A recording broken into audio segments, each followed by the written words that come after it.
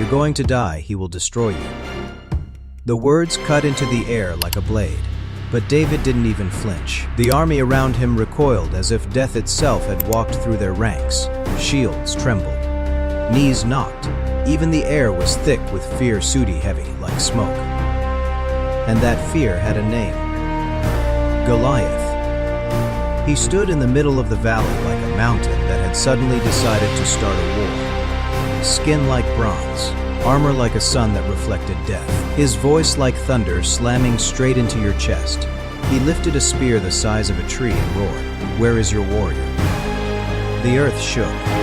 Birds shot up into the sky. The soldiers of Israel dropped their eyes. No one moved. No one, except David stepped forward. An old soldier grabbed his arm. "You don't understand. No one has survived. No one. Then I'll be the first," David said. Goliath laughed so loud the air itself seemed to tear. This is what you send to me, a child." But David saw more than a giant. He saw the fear that paralyzed everyone around him. The fear that made Goliath look bigger than he truly was. But in David's heart, there was no fear.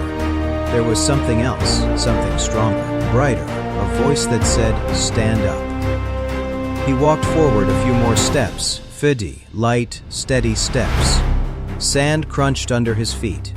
The wind lifted his hair, tugged at the cloth of his tunic. He was a tiny silhouette against the giant, but not a weak one. If anything, the center of the whole valley seemed to shift toward him. "David," Saul called. "Wait." David stopped. The king stepped closer, his voice trembling. "At least put on my armor." They brought the armor Sufan heavy, massive, edged with gold. David put it on. Tried to walk a few steps. And almost fell.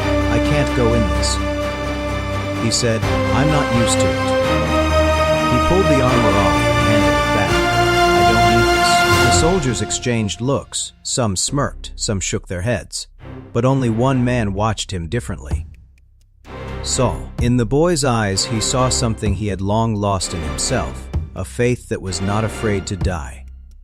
David picked up his staff, checked the strap of his sling, reached into his pouch, and pulled out stones. Smooth, cold, heavy, 5 of them. But one would be enough. He moved forward 2 and straight, confident, as if the desert itself parted before him. The soldiers stepped back. Someone whispered, "He's just a boy." "But he walks like a warrior." Another answered.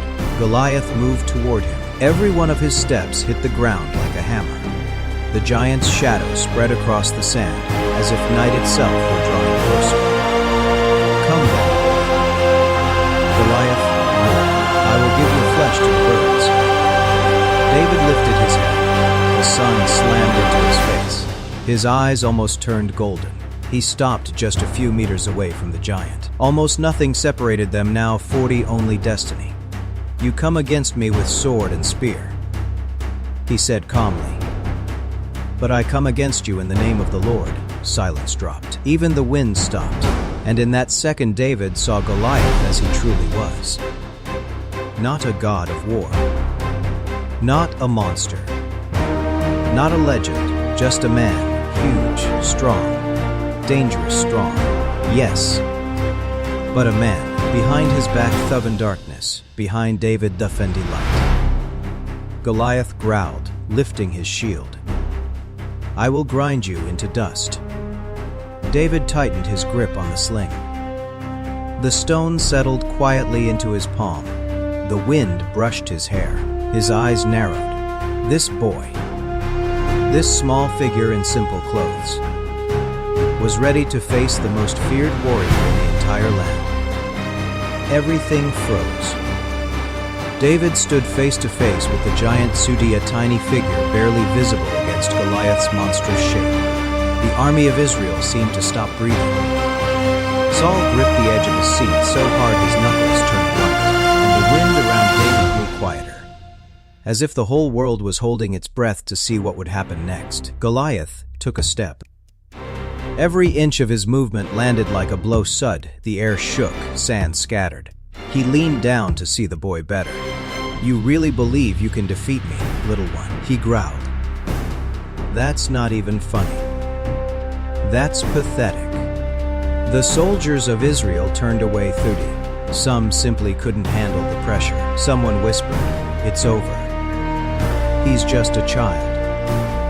But David did not retreat. He stood straight, breathed evenly, and inside he repeated the words that kept him standing. "Not I, but God. Not by might, but by spirit.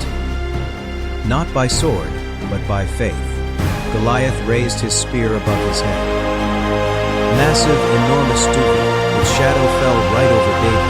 It lay on the ground like a mark of death. "I'll crush you, boy," the giant said, "and your people will see that your God is weak." That was his mistake, because in that moment David's heart became as hard as the stone in his hand. "You think gods need armor?" David said. His voice was surprisingly steady. "You think a loud roar makes you strong?" Goliath frowned. That was the first crack in his confidence. "Listen, giant," David continued.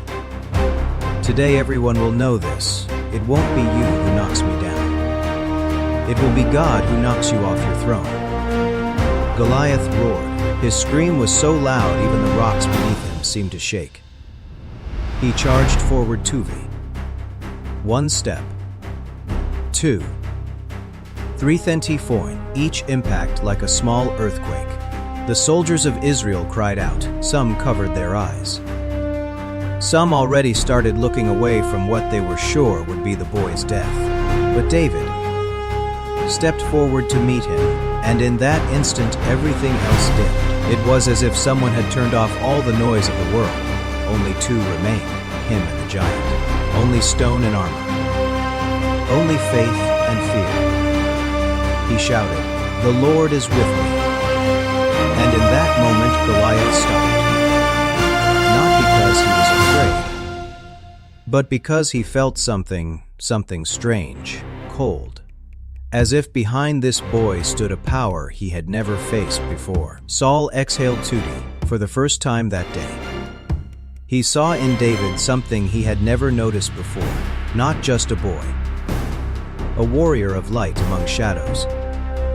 "The living God," Saul whispered. Goliath closed his visor, lifted his shield, and leaned forward Twund, ready to tear David apart in a single rush. His muscles tightened like ropes. His fingers clenched around the spear. He braced himself for the leap, and even the earth beneath him seemed to tense. David prepared too. He spread his feet, checked his belt, gripped the sling. He knew Subi. There would be no second chance. One movement, one stone, one destiny. The stone sank into the leather pouch of the sling, as if it had waited its whole life for this moment. The wind brushed his palm. Dust swirled around him. The sun hit his eyes. He closed them for just a heartbeat. And he heard it, a voice. "Throw." David opened his eyes. The world snapped into sharp focus. The sound of the giant's steps grew louder. His own heartbeat slowed. He was ready, and when Goliath took his final step, roaring, "You will die here, boy," David swung.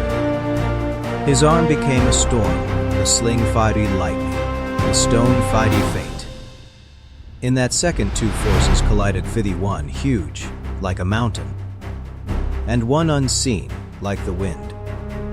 And the unseen proved stronger. The stone tore free from the sling. A spark of light flashed in the air, and it flew straight toward the giant's forehead. The stone flew so fast that the air around it burned in a thin thread of dust, so precise it felt like an unseen hand was guiding it from above. Goliath saw it at the last moment. He saw it tooting too, but there was nothing he could do. The shield was too heavy, the armor too slow, and time far too short. Impact. Crack, silence. The giant staggered, Short pause at first, slowly. Like a statue that suddenly found it too heavy to stand. He stepped back once, then twice. His fingers loosened, and the spear slipped from his hand and crashed into the ground with a rumble that shook the valley. The soldiers of Israel froze. Even the enemy stood still. All eyes were on one thing, the giant fighting to stay on his feet. Goliath's eyes widened. He ran his hand across his forehead, saw blood, and for the first time in his life, he was afraid. How? He whispered. His knees buckled. He tried to rise again. But the world around him was already leaning, as if even the earth refused to hold him up any longer. David stood still. He didn't smile. He didn't shout. He just waited, turning calm, like someone who knew the miracle had already happened. Goliath drew one last breath and crashed forward. The impact was so strong it threw a cloud of dust into the air. The earth trembled. Birds shot up from the ground. The Philistine army screamed, and in that dust, in that crashing noise, a perfect silence fell. A kind of silence that never exists on a battlefield. A kind of silence that hardly ever exists in this world. It only exists where something impossible has just happened. David walked closer. His footsteps were quiet, footy, almost soundless. He looked at the fallen giant and felt something strange. Not pride. Not euphoria. Gratitude. God, you were with me, he whispered, and the words were as soft as breath. He picked up Goliath's sword. His hand shook thuddy. The sword was as heavy as destiny itself. But David lifted it above his head. Saul cried out, "David, don't." "I must." David answered, and with one swift motion, fast as a flash of lightning sudden, he ended the battle. Silence shattered into a roar. The army of Israel screamed, thousands of voices merging into one. The soldiers surged forward, raising shields, swords, spears. The Philistines, seeing their giant dead, faltered. "Run," they shouted. "It's the God of Israel, it's him," and they ran. And this boy had defeated what was believed to be undefeatable. David stood in the middle of the valley. Alone. Quiet. Small in the midst of the vast field. But the world around him seemed brighter, Freddy, as if the sun itself was shining harder. Saul came down from the hill. He walked slowly, as if he were afraid to break the moment. He looked at David, like he was seeing him for the first time. "Who are you, boy?" he asked in a whisper. David turned and said, "I'm the one who believes that God is bigger than fear." Saul closed his eyes, as if those words had struck his heart. The soldiers came closer. Every one of them looked at David the way he looked at him. But David wasn't looking at them. He was looking at the sky. Because he knew this was not his achievement. It was God's victory through his hands. The wind rose. Dust spun around him. The sunlight lay across his face. And it felt like the valley itself was whispering, "Faith is stronger than giants.